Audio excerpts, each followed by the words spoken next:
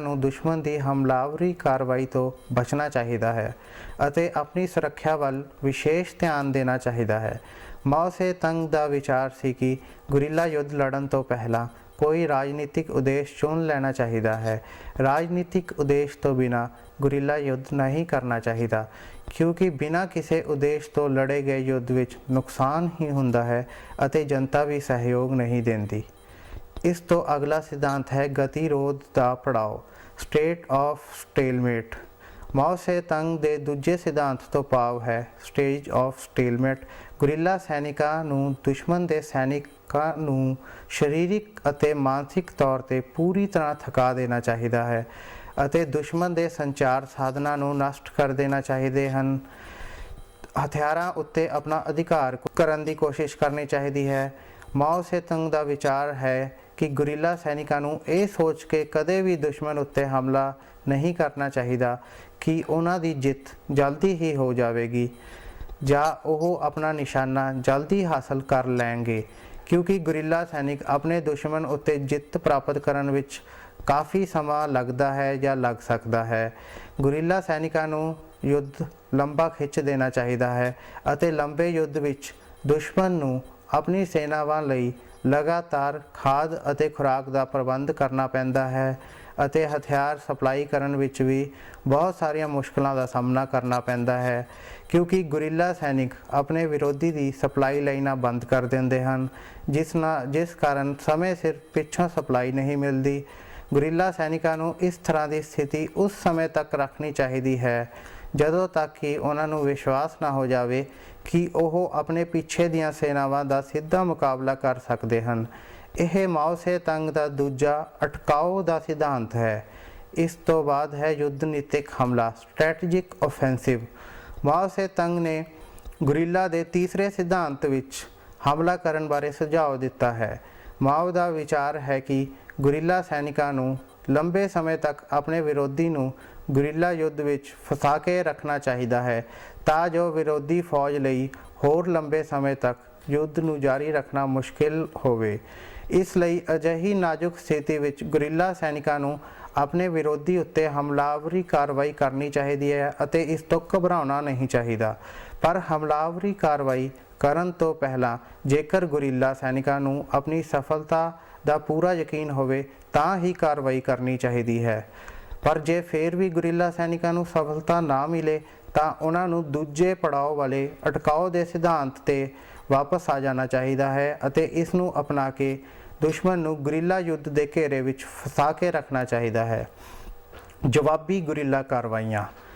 Guerrilla ਕਾਰਵਾਈਆਂ ਜਨਤਾ ਦੇ ਸਹਿਯੋਗ, ਗਤੀਸ਼ੀਲਤਾ ਅਤੇ ਯੋਗ ਅਗਵਾਈ, ਮਾਰੋ ਅਤੇ ਭੱਜੋ ਦੀ ਰਣਨੀਤੀ, ਹਿੱਟ ਐਂਡ ਰਨ ਟੈਕਟਿਕਸ 'ਤੇ ਨਿਰਭਰ ਕਰਦੀਆਂ ਹਨ। ਗੁਰੀਲਾ ਕਾਰਵਾਈਆਂ ਵਿੱਚ ਗੁਰੀਲਾ ਸੈਨਿਕਾਂ ਨੂੰ ਅਜਿਹੀਆਂ ਹੀ ਕਈ ਸਮੱਸਿਆਵਾਂ ਦਾ ਸਾਹਮਣਾ ਕਰਨਾ ਪੈਂਦਾ ਹੈ, ਪਰ ਜਵਾਬੀ ਗੁਰੀਲਾ ਕਾਰਵਾਈਆਂ ਦਾ ਸੰਗਠਨ ਕਰਨ ਵਿੱਚ ਇਹਨਾਂ ਤੱਤਾਂ ਦਾ ਪੂਰਾ ਲਾਭ ਉਠਾਉਣਾ ਚਾਹੀਦਾ ਹੈ। ਕਈ ਵਾਰੀ ਵਿਸ਼ੇਸ਼ ਸਥਿਤੀਆਂ ਵਿੱਚ ਕੋਈ ਵਿਸ਼ੇਸ਼ ਹੱਲ ਨਹੀਂ ਹੁੰਦਾ, ਪਰ ਜਦੋਂ ਤੱਕ ਗੁਰੀਲਿਆਂ ਦੇ ਰਾਜਨੀਤਿਕ ਸੰਗਠਨ ਦੀਆਂ ਜੜ੍ਹਾਂ ਉੱਤੇ ਸੱਟ ਮਾਰਨ ਦਾ ਪੱਕਾ ਯਤਨ ਨਹੀਂ ਕੀਤਾ ਜਾਂਦਾ, ਉਦੋਂ ਤੱਕ ਵਿਰੋਧੀ ਲਹਿਰ ਦੀ ਸਫਲਤਾ ਦੀ ਕੋਈ ਆਸ ਨਹੀਂ ਹੁੰਦੀ। ਜਵਾਬੀ ਗੁਰੀਲਾ ਕਾਰਵਾਈਆਂ ਵਿੱਚ ਆਮ ਤੌਰ 'ਤੇ ਇਹ ਕੰਮ ਹੁੰਦੇ ਹਨ: ਗੁਰੀਲਾ ਨੂੰ ਫੌਜੀ ਤੌਰ 'ਤੇ ਹਰਾਉਣਾ, ਜਨਤਾ ਦਾ ਸਹਿਯੋਗ ਖਤਮ ਕਰਨਾ ਅਤੇ ਅਜਿਹੇ ਸੁਧਾਰ ਕਰਨੇ ਜਿਨ੍ਹਾਂ ਨਾਲ ਸਰਕਾਰ ਦਾ ਆਦਰ ਸਤਿਕਾਰ ਵਿੱਚ ਵਾਧਾ ਹੋਵੇ। ਇਸ ਤੋਂ ਇਲਾਵਾ ਜਾਸੂਸੀ ਪ੍ਰਬੰਧ ਮਜ਼ਬੂਤ ਹੋਣਾ ਚਾਹੀਦਾ ਹੈ, ਜਿਸ ਲਈ ਸਿਵਲ, ਮਿਲਟਰੀ ਅਤੇ ਪੁਲਿਸ ਏਜੰਸੀਆਂ ਵਿੱਚ ਤਾਲਮੇਲ ਹੋਣਾ ਬਹੁਤ ਜ਼ਰੂਰੀ ਹੈ। ਗੁਰੀਲਾ ਕਾਰਵਾਈਆਂ ਵਿੱਚ ਸਿਵਲ ਮਿਲਟਰੀ ਕਮਾਂਡਰਾਂ ਦੇ ਉਦੇਸ਼ ਤੇ ਨਿਸ਼ਾਨੇ ਸਪਸ਼ਟ ਹੋਣੇ ਚਾਹੀਦੇ ਹਨ। ਜਵਾਬੀ ਗੁਰੀਲਾ ਕਾਰਵਾਈਆਂ ਵਿੱਚ ਮਨੋਵਿਗਿਆਨਿਕ ਜੰਗ ਦਾ ਮਹੱਤਵਪੂਰਨ ਰੋਲ ਹੁੰਦਾ ਹੈ, ਜਿਸ ਦਾ ਮੁੱਖ ਕੰਮ ਗੁਰੀਲਾ ਵਿਰੋਧੀ ਜਾਸੂਸਾਂ ਅਤੇ ਭੇਦੀਆਂ ਵਿਚਕਾਰ ਅੰਦਰੂਨੀ ਤਾਲਮੇਲ ਬਣਾਉਣਾ ਹੁੰਦਾ ਹੈ। ਗੁਰੀਲਾ ਲੀਡਰਸ਼ਿਪ ਦੇ ਬਣੇ ਹੋਏ ਵਿਸ਼ਵਾਸ ਨੂੰ ਖਤਮ ਕਰਨਾ ਅਤੇ ਸੰਗਠਨ ਦੇ ਉੱਚ ਲੀਡਰਾਂ ਵਿੱਚ ਆਪਸੀ ਸਹਿਯੋਗ ਨੂੰ ਖਤਮ ਕਰਨਾ ਅਤੇ ਉਹਨਾਂ ਵਿਚਕਾਰ ਅੰਦਰੂਨੀ ਸੰਘਰਸ਼ ਪੈਦਾ ਕਰਨਾ ਵੀ ਇਸ ਵਿੱਚ ਆਉਂਦਾ ਹੈ। ਇਸ ਤੋਂ ਇਲਾਵਾ ਸੰਗਠਨ ਨੂੰ ਸਮਰਥਨ ਦਿੰਦੀ ਸਿਵਿਲੀਅਨ ਮਦਦ ਨੂੰ ਤੋੜਨਾ ਅਤੇ ਵੱਖ-ਵੱਖ ਅੱਤਵਾਦੀ ਗਰੁੱਪਾਂ ਵਿਚਕਾਰ ਲੜਾਈ ਕਰਵਾਉਣ ਦਾ ਯਤਨ ਕਰਨਾ।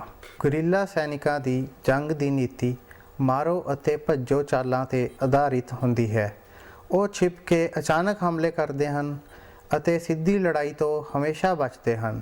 ਇਸ ਲਈ ਗੁਰੀਲਾ ਜਵਾਬੀ ਕਾਰਵਾਈਆਂ ਤਾਂ ਹੀ ਸਫਲ ਹੋ ਸਕਦੀਆਂ ਹਨ ਜੇਕਰ ਸੈਨਿਕਾਂ ਨੂੰ ਵੱਧ ਤੋਂ ਵੱਧ ਸਿਖਲਾਈ ਦਿੱਤੀ ਗਈ ਹੋਵੇ ਅਤੇ ਉਹਨਾਂ ਦੇ ਹਥਿਆਰ ਵਧੀਆ ਕਿਸਮ ਦੇ ਹੋਣ।